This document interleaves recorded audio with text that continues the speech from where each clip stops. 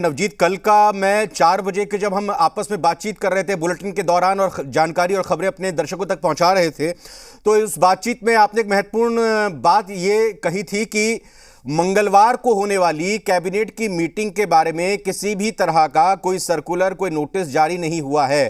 तभी से ये कहीं ना कहीं कयास लगाए जाने लगे थे कि अभी कैबिनेट की मीटिंग ज़्यादा महत्वपूर्ण नहीं है, बाकी बैठकें ज़्यादा महत्वपूर्ण हैं। नवजीत जी बिल्कुल, देखिए अब कैबिनेट की जो बैठक होगी वो अब एक तरीके से कहा जाए तो नई सरकार में होगी, लेकिन जो सबसे बड़ा जो पेच होगा मेरे हिसाब से या जो जानकार के हिसाब से वो खबर ये आ रही है कि करीब 17-18 विधायक ऐसे हैं जिनको लेकर के बिहार विधानसभा में कुछ न कुछ समस्या और जो स्पीकर हैं उस पर कुछ आगे पीछे कर सकते हैं। ये आरजेडी के हैं, 17-18 आरजेडी के भी जदयू की जो बैठक है जी आरजेडी नहीं, महागठबंधन, उसमें से इधर उधर से आने वाले जो लोग हैं, कई ऐसे जो विधायक हैं वो दूसरी पार्टी से आरजेडी में आए हैं। इसको लेकर के एक जो कह लीजिए कि पेच है वो उसी पे जदयू की जो बैठक है वो अभी भी चल रही है। 11 बजे से बैठक शुरू हुई है और अभी तक जब चल रही है आप समझ सकते हैं कि उसी को किस तरीके से निकाला जाए, किस तरीके से कोई आगे समस्या ना हो, इस बात को लेकर के चल रही है। चूंकि जदयू भी यह जानती है कि बीजेपी अब जब इस स्थिति में नहीं है कि रोक पाए, लेकिन रोकने के लिए वो तमाम चीज तो जरूर अपनाएगा जो एक सियासी पार्टियां करती है। तो इसी लिहाज से उन तमाम चीजों को, उस हडल को किस तरीके से मैनेज करना है, मुख्यमंत्री रिजाइन करेंगे, बिहार विधानसभा को भंग करेंगे या फिर कह लीजिए कि मंत्रिमंडल को भंग करेंगे, तो इन तमाम चीजों पर एक जो कह लीजिए कि गहन चर्चा है वो चल रही है जानकारों से, यानी कह लीजिए जो कानूनविद हैं उनसे भी राय शुमारी की जा रही है कि इससे किस तरीके से निकला जाए। चूंकि देखिए आप बात कीजिएगा पुरानी वाली, जब महागठबंधन से आप एनडीए में आ रहे थे तो उस समय वाली स्थिति नहीं है, क्योंकि ठीक उसके उल्टा की स्थिति है।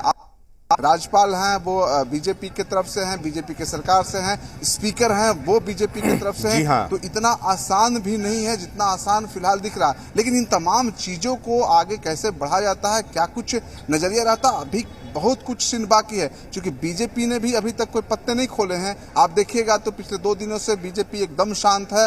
बीजेपी के जो सपोर्ट में रहने वाले जो चिराग हैं या फिर आरसीपी हैं वो जरूर हमलावर हुए थे, लेकिन बीजेपी की तरफ से अभी भी एक बयान ऐसा कुछ नहीं आया है जिससे पता चले कि उसका आखिर नीति क्या है। लेकिन जिस तरीके से बिहार विधान जो सभा के स्पीकर हैं पहले कोरोना पॉजिटिव होते हैं, एक दिन में जब स्थितियां यहाँ पे बदलने लगती है तो स्पीकर हैं वो नेगेटिव हो जाते हैं, पूरा जो बिहार विधानसभा का जो सचिवालय है वो एक्टिव हो जाता है।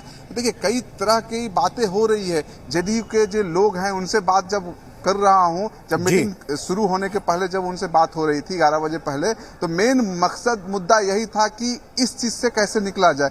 चूंकि महागठबंधन जो नई सरकार बनाने जब जा रहे हैं तो वो जो एक समस्या आई है, जो क्रिएट किया गया है या फिर सामने लाया जा रहा है, उसी को लेकर के कहीं न पसोपेश स्थिति में है, उससे किस तरीके से जदयू निकलती है ये देखना होगा। चूंकि जब बड़ी पार्टी, जब 18 सदस्य यदि नहीं रहते हैं महागठबंधन में तो सबसे बड़ी पार्टी है वो बीजेपी हो जाएगी। और ऐसे स्थिति में जो राज्यपाल हैं, गवर्नर हैं, वो गवर्नर सबसे एक अपडेट दर्शकों को बता देते हैं। लगातार ब्रेकिंग इस वक्त टीवी स्क्रीन पर उनके मौजूद भी है। जेडीयू विधानमंडल की बैठक खत्म हो गई है, मुख्यमंत्री नीतीश कुमार उस बैठक से निकल गए हैं, लेकिन इस बीच जेडीयू के जो कोर कमेटी है उसके नेताओं के साथ मुख्यमंत्री बैठक कर रहे हैं। जेडीयू विधायक दल की जो बैठक थी वो खत्म हो गई है, सभी विधायकों की राय शुमारी कर ली गई है, उनसे बातचीत कर ली गई है, आगे क्या करने जा रहे हैं इसके ऊपर सहमति बन चुकी है। और फिलहाल अपने ऑफिस में सीएम नीतीश कुमार मौजूद हैं और अपनी जो कोर कमेटी है जेडीयू की उनके साथ, उनके नेताओं के साथ वो बातचीत कर रहे हैं। अभिषेक कात्यायन का रुख करते हुए जानेंगे।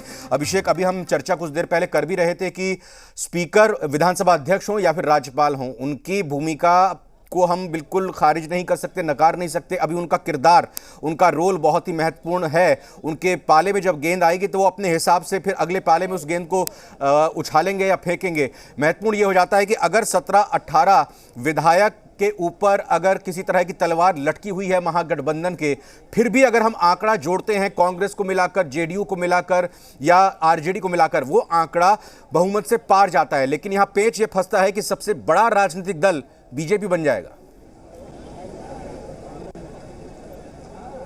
बिल्कुल रविंद्र, ये चूंकि जो बात अभी नवजीत कह रहे थे मैं सुन रहा था, दरअसल तब भी कोई बहुत ज़्यादा पेंच वाली बात नहीं होगी। अगर मान लेते हैं कुछ देर के लिए कि विधानसभा की अनुशासन समिति जो है वो आरजेडी के 16 विधायकों को अयोग्य करार दे देती है, उसके बावजूद बहुमत होगा महागठबंधन के पास।